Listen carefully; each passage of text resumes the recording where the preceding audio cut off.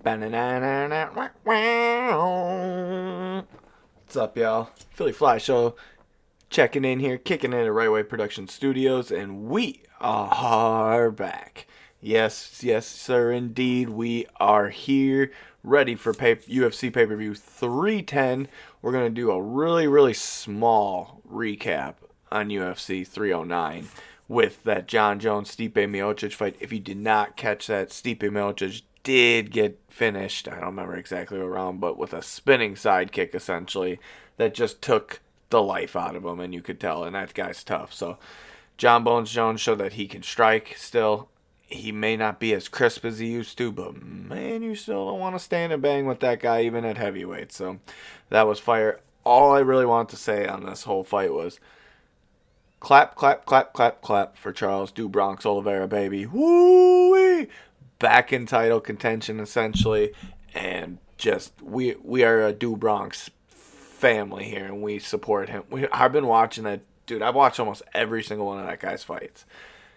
I can't fully recall the first one I watched of his, so I just kind of go back and guesstimate, but I, it's just too many. It's just too many. That's all I really wanted to say. I did get 7 out of 12 right on there and got a main event right. Yes, it was John Bones Jones with an easier odds advantage, but I've gotten some wrong in the past few, so I'm going to take the win there and chop it up, baby. Chop it up.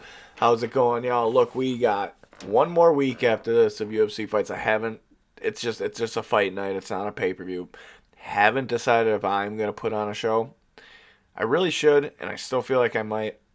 I'm leaning on it. But hey, busy times come for busy measures, and then after that, we got like 4 weeks off. 3 weeks for sure, but like 4 weeks of no UFC. Like, this point of time, though, it doesn't bother me that bad because you get, my birthday comes in between there right before Christmas, and then Christmas comes up. So I'm kind of booked with family things and everything and kind of busy. Plus the NFL's going on, and it's a perfect stopping point because then when the UFC picks back up, it's usually wild card weekend or divisional weekend for the playoffs or close to there or one of those weeks, and it's a lot of gambling. Just a lot of gambling, which we all like here because this is obviously a gambling show, so we all love to gamble here.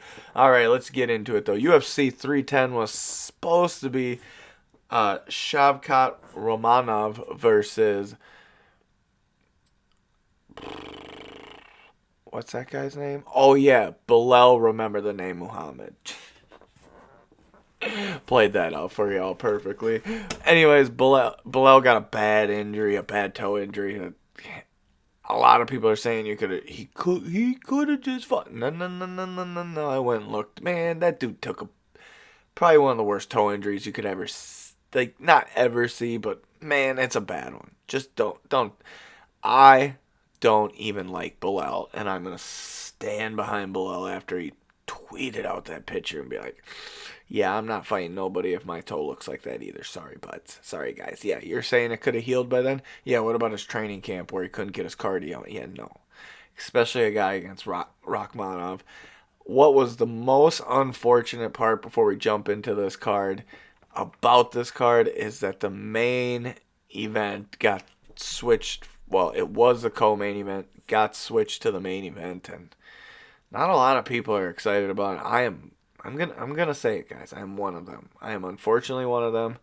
I don't like that Askura is coming in from Ryzen and just instantly getting a title shot.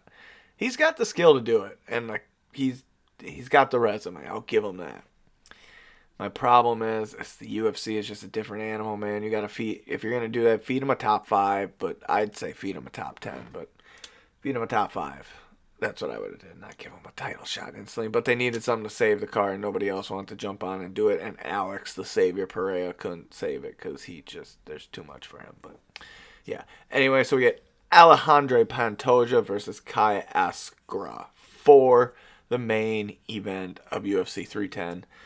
You do get to see Shavkat Romanov. He is fighting another undefeated fighter in Ian Machado Gary. That's the co-main event, but we're going to stop there because we've already teased a little too much. We're going to jump right into it. Match like number 14 here starts in the heavyweight division. We get Kennedy Ngakwe versus Lucas Brzeski. Now, Brzeski's a plus 400 underdog, whereas Kennedy is a negative 600 favorite.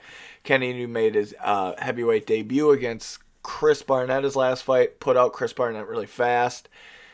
It was very unfortunate for me because that was my guy, Chris Barnett, and he was a big underdog, and I thought he was going to get a win, but he tore his knee doing the stupid spinning heel kick. And now we get to see Kennedy Njoku fight a more real heavyweight. So that'll be nice. Well, not a more real heavyweight. Chris is a real heavyweight. Sorry. Kennedy will be more of a heavyweight because he's already weighed in once at heavyweight and put on the weight. So it'll be nice to see him at heavyweight again. Gosh, I don't know where my brain went there. It totally went off into a tangent and it wasn't even right. All right, y'all. Kennedy Njoku gets his hand raised after this fight. 3 out of 5 on the confidence level that he gets his hand raised. All right, match like 13 it's a classic guy, guys. A UFC vet versus a UFC prospect. Lightweight division, Clay Guida versus Chase Hooper. Clay is a plus 700 underdog, whereas Chase negative 1,300. If you haven't watched Chase since he moved from featherweight to lightweight, it's a different kind of fighter. And he is learning on the fly, and just every time you see him get in the ring, he shows you something new. And that's all you can ask from any prospect, any fighter is, I want to see something new if you're, moving up the rankings and slowly doing it. I'm glad he is slowly doing it because also he is so young. Putting on the body mass to just do what he's doing, phenomenal. Phenomenal who's ever in his backcourt, and phenomenal job by the UFC. This is a big test for him to me. But Clay, if you've watched Clay now that he's older, the gas tank just seems to be going. And that's going to be bad if you do let your gas tank go against Chase Hooper because he's just going to submit you. But if you see some striking here because Clay can wrestle and grapple a little bit, I want to see Chase Hooper keep putting it together in the striking. It's just each time he gets in there, he's looked better. So I just want to see it. That negative 1,300 is hard to go against, so we are going to lean and go with Chase Hooper. We are 3 out of 5 on the confidence level. I just think Chase is going to put him in the... He's going to put him in the deep water and submit him. I just have a feeling. If you want to get better odds, put Chase Hooper submission. All right, match like number 12 is a welterweight fight. It is essentially a pick'em. Michael Chiesa versus Max Griffin. Max Griffin, negative 105. Michael Chiesa, negative 115. Dude, Griffin is a striker. Griffin is a UFC vet, but he's also... He struggles in that grappling department. When guys get on top of him, he struggles on his back. You don't want Michael Chiesa on top of you. He's going to submit you if he does. It has the writing on it all day of a Michael Chiesa submission. So I'm going to go with Michael Chiesa in a win. I won't be putting a Chiesa submission in on a bet slip, but I want to. I will not lie. I really, really, really want to because that will get you some good odds. But I'm going to pick Michael with the win. And 3 out of 5 on the confidence level. He gets his hand raised. All right. Match like number 11 is a flyweight bout between Cody Durden and Joshua Van. Now, Joshua technically did not win his last fight. He won it on the judges' scorecards, but on anybody else's scorecard, any other 3 people, that dude did not win that fight, unfortunately. But he got lucky, and he saved me on a bet slip there.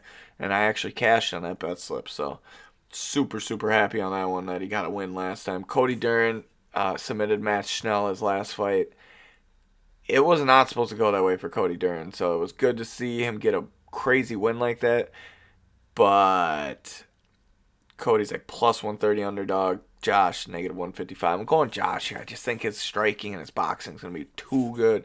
And I think Cody's going to go in there and try to stand and strike with him. And it won't be pretty if it happens. But because of Joshua Van's ups and downs, I'm only got 1 out of 5 on the confidence level that he gets his hand raised on this fight. All right, match like number 10 was supposed to happen at UFC 309. Someone got sick. Now it's happening at UFC 310. It's perfect. Chris Weidman versus Eric Anders at a catchweight bout. Essentially a pick'em. Weidman is a negative 115, whatever you want to say, favorite. Negative 115. Eric Anders, negative 105. Whoever you want to go with. because I think it was Eric that got sick, and I'm pretty sure that's what it was.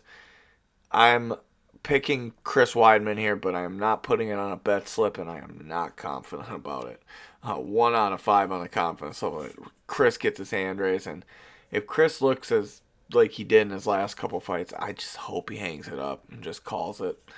Just have one more. If he gets a win, go out on a win, baby. Go out on a win, baby. All right, match like number 9 is a welterweight fight between Randy Brown and Brian Battle. Randy Brown's a plus 180 underdog, whereas Brian Battle's a negative 220 favorite. If you watch Brian Battle fight, you know that dude's a dog, man.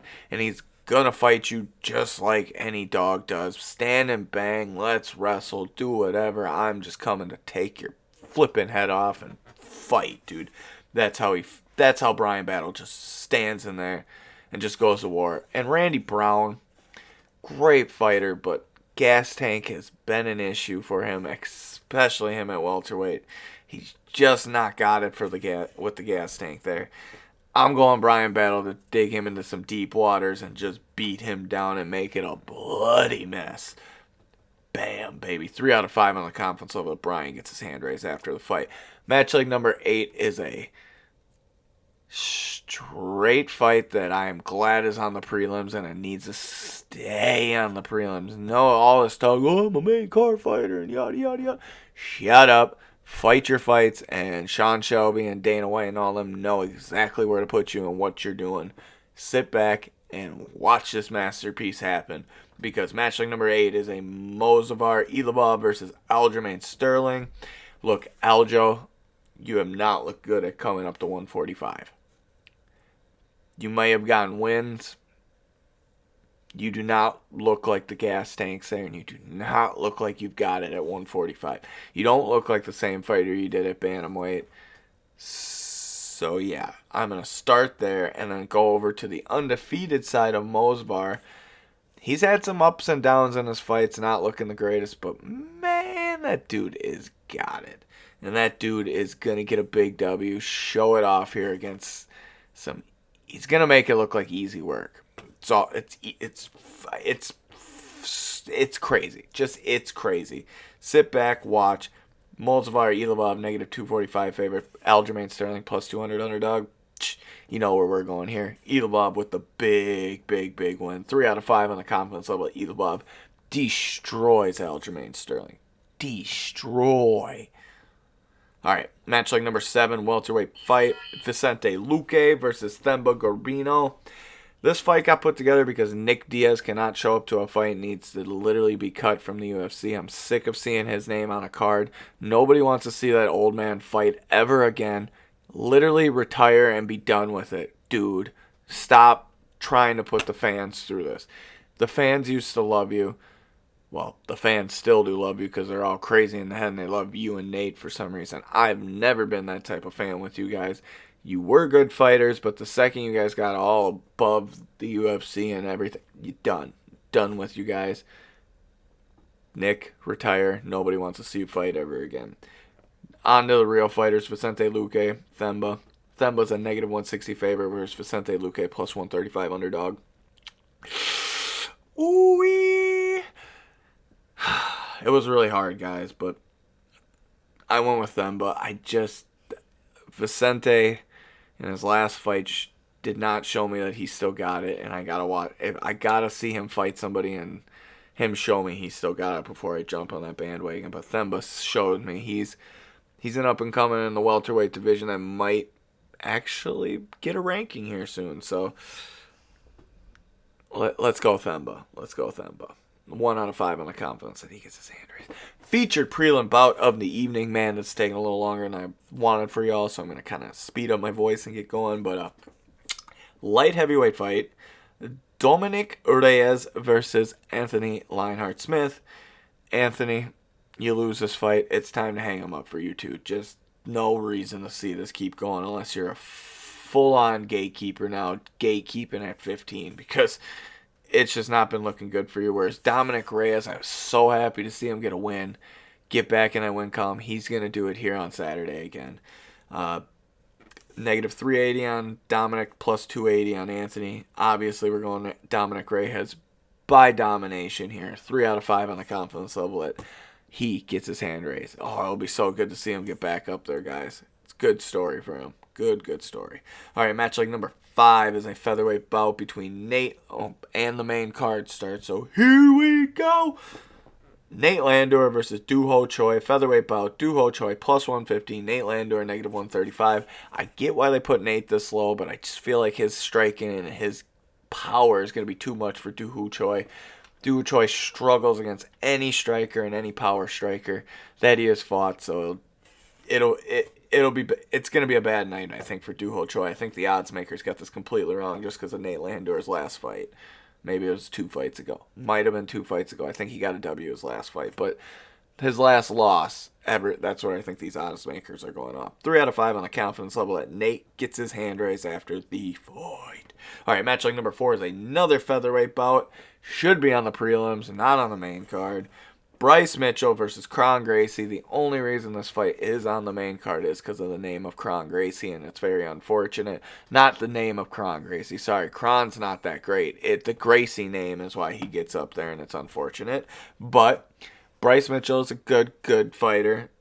Got badly knocked out in his last fight, so first fight since then.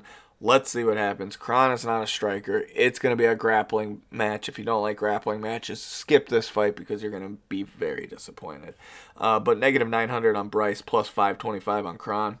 Picking Bryce Mitchell here, and I'm putting a legendary 4 on it because Kron Gracie does not have no striking, and Bryce actually does. So Bryce could even get a finish here with striking if he wanted to, or ground and pound, but it won't happen that way. He'll get a submission and finish him there. That's the way you should probably go on the betting odds too, just a heads up.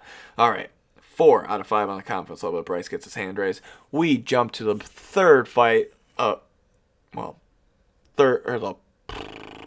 fight before the co-main event, the third match of the night. Ciryl Gane versus Alexander Volkov, heavyweight fight. Ciryl is a great, awesome fighter that does not look like a heavyweight on his feet. When he strikes, he is so fast and got power because he's a heavyweight, obviously, with the power. But the speed is what's crazy. You're not going to see this from most heavyweights. I don't think there's a heavyweight that's as fast as him. I can pretty much say that. On the other hand, you got Alexander Volkov. Dude's a flipping giant if you didn't ever see how big he is. His teep kicks, just like Ciryl, are going to be devastating. The grappling, he can take you down. He can submit you. He can ground and pound you. He can fight you standing up. He's got crazy power. And he can take a flipping punch, man. So this fight was hard for me. I know they got Ciryl Gane negative 390, guys. I know. But just go look at Volkov's last 5 fights. Just we'll look at the wins. If you want, look at the highlights. But mainly go look at his last fight against Pavlovich. Nobody wants to fight Pavlovich. Nobody. And he went in there and beat him. Beat him. Just flat out beat him. It's crazy. Oh, man, guys, this was a hard one. But I went Alexander Volkov here with the W. He's going to get the W. I'm not the most confident at 1 out of 5 on the confidence level, but where Ciryl Gane has struggled is against heavier fighters who can grapple and strike, because they can do 2 things that can slow his speed down, and that right there, folks, is exactly why I think Alexander Volkov gets a win. All right, co-main event of the evening. I've kind of tidbit talked about it. In the UFC, there's been no other 2 undefeated fighters that have shown up and had as many wins between the 2 as these guys. They beat the record. The record was held by Israel Adesanya and Paulo Costa at 32. These guys have 33 between each other. Shavkat has never seen a decision. All of his wins, if it's 17 or 18 wins, number keeps spacing on me, but it's one of those 2 numbers, all finishes. Okay, Ian Machado Gary started out as just a brawler striker with a little bit of grappling and completely changed his game plan, and it's just been grappling every dude he's fought. I'm sorry, man, but I love you, Ian. I'm glad you stepped in to save this fight. I know Shavkat really appreciates it. Everyone appreciates it. We all love you. Can't wait to see you get back in there on Saturday and after. But Shavkat is going to get a finish here and just going to demolish him. If you've watched Ian's last couple fights, his grappling is not at the level of Shavkat's, but he's got a good grappling set. It's just Shavkat's just a crazy old beast, man. Just a crazy beast. He's going to come out there, get a good finish, and get a good win. 3 out of 5 on the confidence level. He gets his hand raised. We get to the main card. We're almost done here. Alexandre Pantoja versus Kai Askura. Kai Askura is a guy coming over from Rizin as Rizin's flyweight champion. Kai has got some crazy good striking and power. Alexandre Pantoja has struggled against strikers and power hitters that can grapple. Unfortunately, Kai is not known as a grappler, but he's been working with Merab, and Merab's been putting it on him in those TikTok videos, and he is stopping Merab's takedowns. So that's a good sign right there. But Pantoja negative 250 favorite, Kai plus 205. I'm going Pantoja here. I just don't think Kai coming in and getting this type of fight is going to be able to get a win over Pantoja. It will be it'll be a pretty big upset. The odds makers wise, I won't say it is, but it would be a pretty big upset in the UFC world if this guy just came in and got a W over the champ. So, champion gets his hand raised. All right, y'all. Check out the show. Share with us with your homies. Shout out to Right Way Production Studios for always making this happen, and we will see you maybe next week or maybe next year, because we only got one UFC event left. If I decide to do a show, you guys will be the first to know. All right, peace out, y'all.